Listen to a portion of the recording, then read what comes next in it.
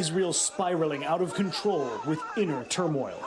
Violent protests erupting of Israelis on their own government. The unprecedented demonstrations reaching a breaking point. The rare uprising blocking roads and disrupting trains, clashing with police who fired stun grenades and water cannons. It's all happening as thousands of people across the country took to the streets on Wednesday during a nationwide day of disruption. For 2 months, Israel has been experiencing regular protests against Prime Minister Netanyahu's plan to reform the courts, which he says is necessary to curb what he calls activist judges. But opponents say it's pushing the country towards authoritarianism.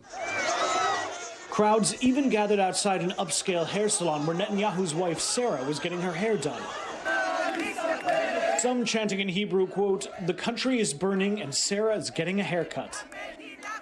Israeli media said police were called to her aid and she was removed from the scene unharmed.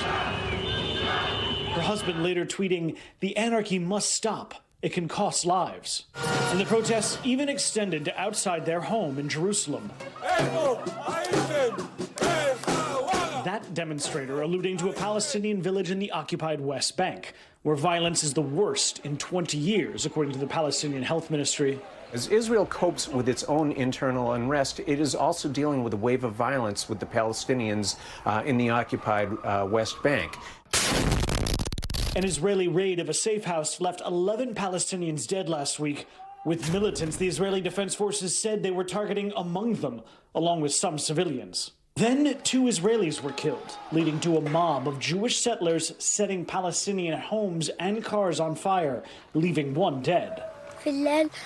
At night, the settlers attacked us. I saw them, said this child. When they burned the car, my mother went down with a bucket of water to put out the fire. Netanyahu calling for peace and saying people should not take the law into their own hands, but also vowing to expand the settlements. The newly appointed hardliner finance minister Bezalel Smotrich calling on the Israeli government to wipe out the village. Saying in Hebrew, "I think the village of Hawara needs to be erased. I think the state of Israel should do it."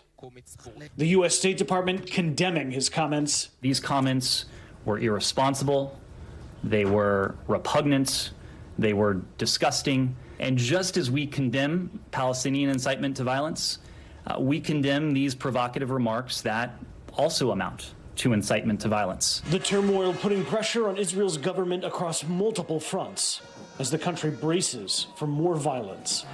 Matt Bradley, NBC News.